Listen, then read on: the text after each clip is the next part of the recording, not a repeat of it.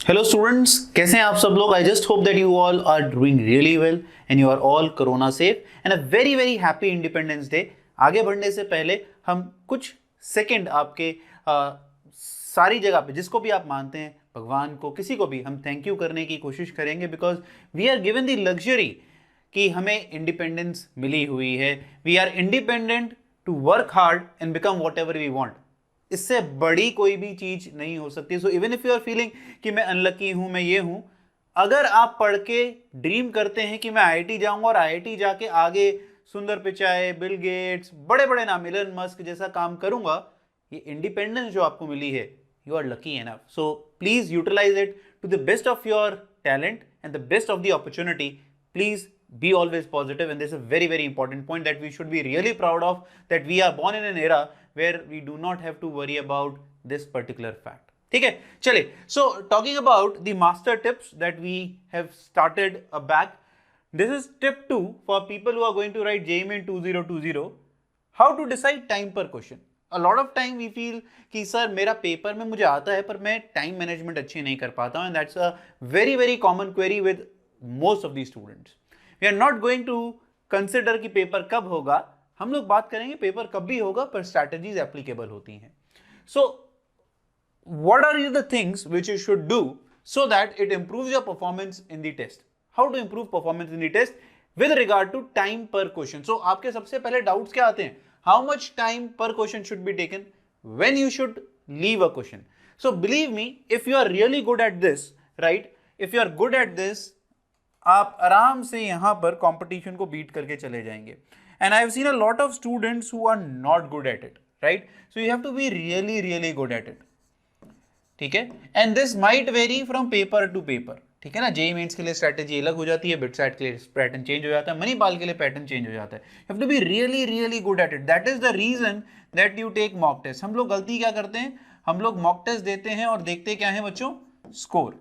You generally see the scores, but the scores are not the important thing which you should see. You should actually see, am I able to manage my time? That is the whole sole purpose of taking mock test. So sir कैसे करें? चलिए, तो मैंने इसको नाम दिया है decision tree. ये ट्री है, कैसे डिसाइड करा जाए कि आपको क्वेश्चन करना है। एल्गोरिथम के तरीके से डिसाइड करते हैं। कंप्यूटर साइंस का हूं ना, तो एल्गोरिथम ज्यादा अच्छी समझ में आती है। तो आपने करा यहां पर स्टार्ट। एल्गोरिथम कैसे स्टार्ट होता है? स्टार्ट से, है ना? तो यू स्टार्टेड द एल्गोरिथम और द क्वेश्चन, और आपने क्वेश्चन शुरू करा। तो आपका पहला जो 30 सेकेंड्स टू 40 सेकेंड होना चाहिए, right? And this may be valid for more for physics and maths. Chemistry में तो 30-40 सेकेंड में क्वेश्चन ही सॉल्व का हो जाता है drama most of the times. तो 30-40 seconds is basically reading the question. Read the question very thoroughly. 30-40 second ज्यादा ही है, कई बार 15 सेकेंड में क्वेश्चन रीड हो जाता है। Read the question and make a mind map. Make a mind map, ये क्या मतलब है sir? So you have to decide कि मेरा पहला स्टेप क्या होगा, क्वेश्चन में मुझे गिवन क्या है और मुझे कैसे सॉल्व करना है। एकदम से क्वेश्चन सॉल्व करना शुरू नहीं करना चाहिए कभी भी। हमें पूरा रोड मैप बनाना चाहिए दिमाग में कि क्या है क्या नहीं है। Ideally I should say 30 second से ज्यादा नहीं लेना चाहिए तुम्हें इसमें। Make a mind map. अब आप डिसाइड करो कि आपसे ये होगा या नहीं होगा, ठीक है? अब डिसीजन ट्री क्या करता है, जैसे जैसे आप कटते जाएंगे उतना क्लैरिटी होती जाएगी। अब आपने पढ़ा और आपको समझ में नहीं आया, और you have understood but you know that this chapter is weak, I have not done concept from this chapter, and your mind says no. If it says no, time to leave, because you have saved your time here. 30 second ही लगाए इस question के ऊपर। आपको लगता है नहीं sir I will be able to do it, you say yes, your mind says yes. चलिए आगे बढ़िए, start solving the question and give it 2 minutes now in totality. So 2 minutes हो गए। तो डिसीजन ट्री में जब 2 मिनट्स हो जाएंगे, फिर से आप एक अपने आप से कॉल पूछेंगे यस और नो वाली। फिर आपको लगता है कि नहीं सर मेरे से शायद नहीं हो पाएगा, no, leave it. If you still say I am stuck sir, yes मुझे हो जाएगा क्योंकि मैंने ये चैप्टर अच्छे से करा है, मुझे कॉन्सेप्ट भी आता है, मुझे आता है, तो आप फिर से यस पे जाएंगे। और अब की बार आप क्या कोशिश करेंगे, फिर से यस के लिए 3 मिनट के टाइमर तक 1 मिनट और दीजिए उस क्वेश्चन को। Now you have given 3 minutes to the question, which is the upper level of or the upper mark to be given to a question, ठीक है? 3 मिनट हो गए। अब 3 मिनट के बाद आपको बहुत अच्छा आइडिया होगा कि मैं किस डायरेक्शन में जा रहा हूं। अब यहां पर आके most of the times you will start wasting time. आपको लगेगा नहीं मेरा क्वेश्चन है, मेरा क्वेश्चन है, मुझे आता है ये chapter, I should be able to do it, and you will start wasting your time in the ego problem शुरू हो जाता है। अब यहां पर आपको मेक और ब्रेक सिचुएशन है। आपको यहां सोचना है, क्या लिटरली मुझे लगता है मैं सॉल्व कर पाऊंगा? अगर देखिए आपको लगता है solve, I would still say फिर से यस, अगर आपका दिमाग कहता है दीजिए, कोई दिक्कत नहीं, क्योंकि कई क्वेश्चंस 4 से 5 मिनट भी लेंगे।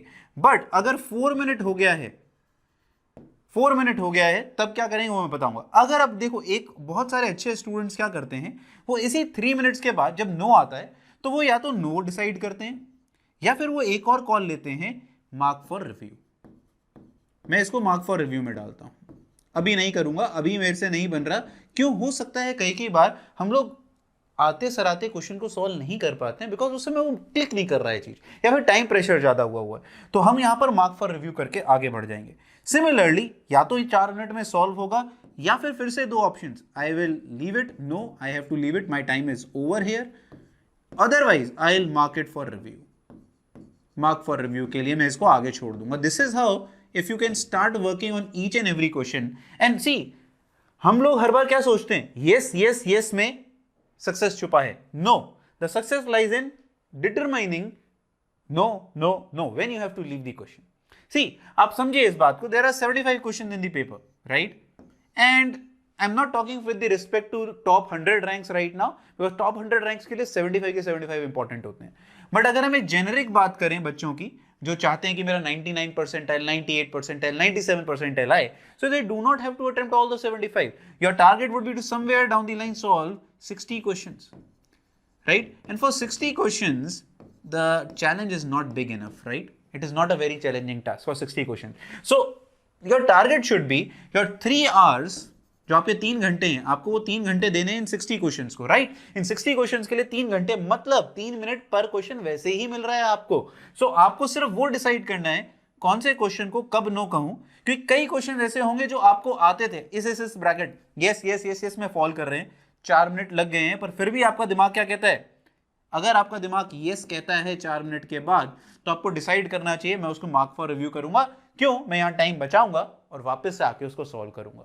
सो please start practising this in the mock test. Mock test का मेन कारण जो दिया जाता है वो ये डिसीजन ट्री बनाना होता है, ठीक है? इस तरीके से आप डिटरमिन करते हैं कि पेपर में इजी, मीडियम, टफ, एक लेवल पे इस तरीके से भी डिटरमिन करते हैं कि जो इजी क्वेश्चन होंगे वो जनरली आपके इस लेवल पे खत्म हो जाएंगे, जो मॉडरेट होंगे वो 3 या 4 मिनट के बीच में अटके रहेंगे, जो रियली टफ होंगे वो कई बार यस करने के बाद 4 मिनट के बाद भी 5वें मिनट पे जाएंगे।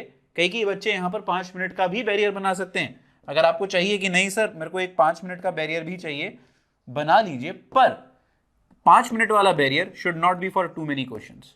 It should be only for let's say limited 2-3 questions, इससे ज्यादा नहीं। पता चला आपने पूरा क्वेश्चन पेपर ही लगा दिया 5-5 मिनट लगा के, that is wrong actually.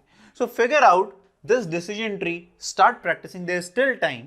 We do not know whether you will be given more time, but still we have time. जितना भी हमारे पास टाइम है, आप डिसीजन ट्री के हिसाब से क्वेश्चन को सॉल्व करना शुरू करिए। एंड प्लीज वापस आके इस वीडियो पर जरूर कमेंट करिएगा कि आपको कैसे हेल्प करा इसने। अ लॉट ऑफ टाइम्स हमें पता है कि हम जो बताते हैं या कहीं से भी आप सुनते हैं, आपको अच्छी लगती हैं चीजें और आप इंप्लीमेंट करते हैं और रिजल्ट आता है। But please come back and do let us know that whether this technique worked for you or not, so that we also get to know, नहीं यार हमें भी मोटिवेशन मिलता है कि हाँ हमारी बात कोई सुन रहा है और वो सही भी है, तो इससे बढ़िया बात और क्या होगी, right? So I will keep coming back with more such videos in telling you what are the mastery or the master tips or trips that you should follow so that you guys can actually nail the paper, right?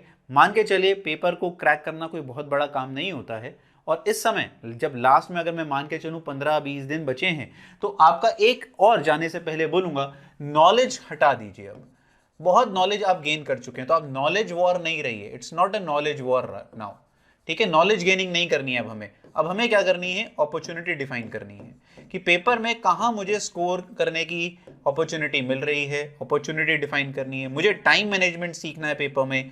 This is what is going to improve your score in the last 15 days. Please start working on these things so that आपका result बन जाए, ठीक है?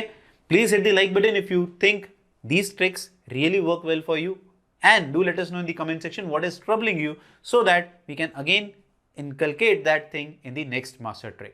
God bless. Happy Independence Day once again and be corona safe.